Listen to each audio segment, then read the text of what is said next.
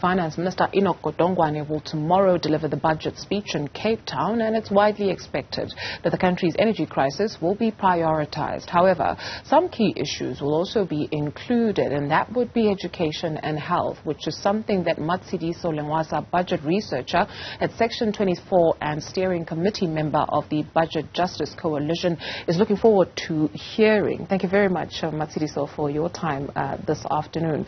So you believe that government must resist undertaking a debt relief plan that will result in the most marginalized citizens bearing its financial burden. Let's give a little bit of context into this and talk about how we find ourselves as a country with such high debt. Thank you for having us. So over the past few years, South Africa's the national debt has accelerated in ways in ways that have been unforeseen. I think that we have the highest levels right now of debt that we've had since in our post-apartheid era. So especially considering that COVID-19, there were announcements of all kinds of funding in order to relieve that disaster, relieve that emergency. But now we're also finding ourselves in two states of disaster concurrently, and we're interested in how we will be paying off our debt and our interest on that debt without making sure that children and the majority of South Africans do not bear that burden, in addition to already bearing that burden, because it already impacts the everyday South African. It already impacts everyone's household budgets. Yeah, and you're worried about that, especially when it comes to the issue of education, as we might see more money going towards bailing the likes of Eskom. Yes, that's true. So we're really hopeful or putting pressure on government to ensure that they do relieve the Eskom, the energy crisis, but they do so in a way that doesn't take away funding from education from schools, because what this ends up being is that it's a vicious cycle where we take away investment from education. So it means that there are fewer teachers, so there's more overcrowding in schools and there's less infrastructure, and that might mean that the education outcomes in the future are not achieved. The best case scenario in diverting funding from education means that maybe we might solve the energy crisis, but we'll have a future of people who cannot read or write. Yeah, solving the energy crisis now, but then not breeding enough people who will be able to solve tomorrow's crisis. Exactly. You're also worried about much of the same where healthcare is concerned.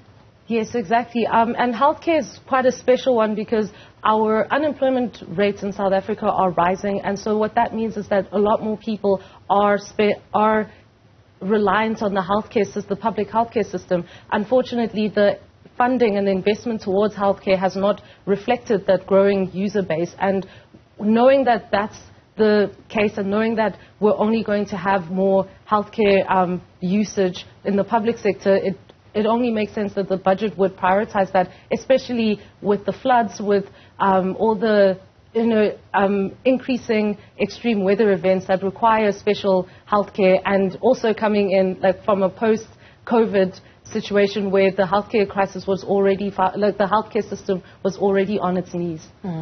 You're warning against prioritizing that debt reduction at the expense of social spending. I mean, if you were to be in the room with the finance minister and his team, what then would your submissions be as solutions?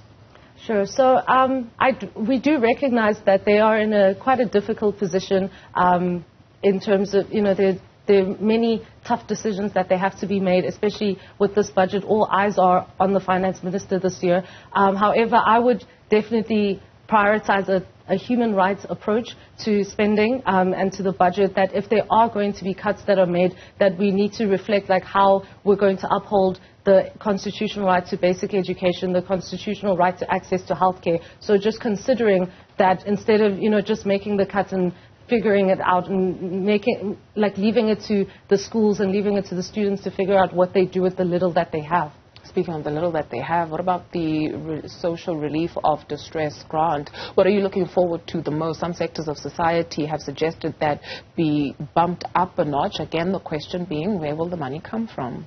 It's true. So Section 27 forms part of the Budget Justice Coalition, and we advocate for some form of social protection, especially with the rising unemployment, with a myriad of all the issues that we have now. One area that we're looking at, we're hoping that at minimum, the extension of the grant increases. So it's not, because 350 Rand in 2020 when it was announced is not 350 Rand in 2023. So to reflect the state of the increasing, the rising cost of living, so we would support that. You're also worried about some austerity measures by the government having dire consequences for gender equality in South Africa. How so?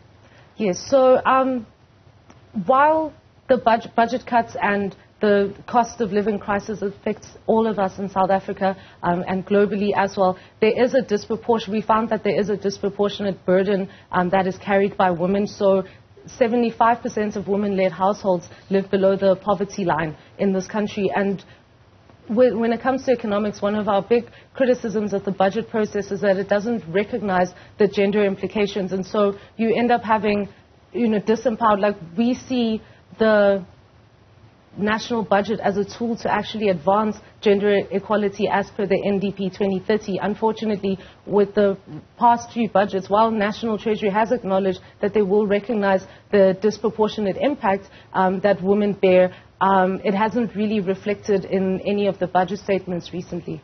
I mean, from the work that you do, right, going beyond the politics and going beyond all the rhetoric, what is it that the everyday person is telling you? Does this matter, the presentation of this budget tomorrow? Does it matter?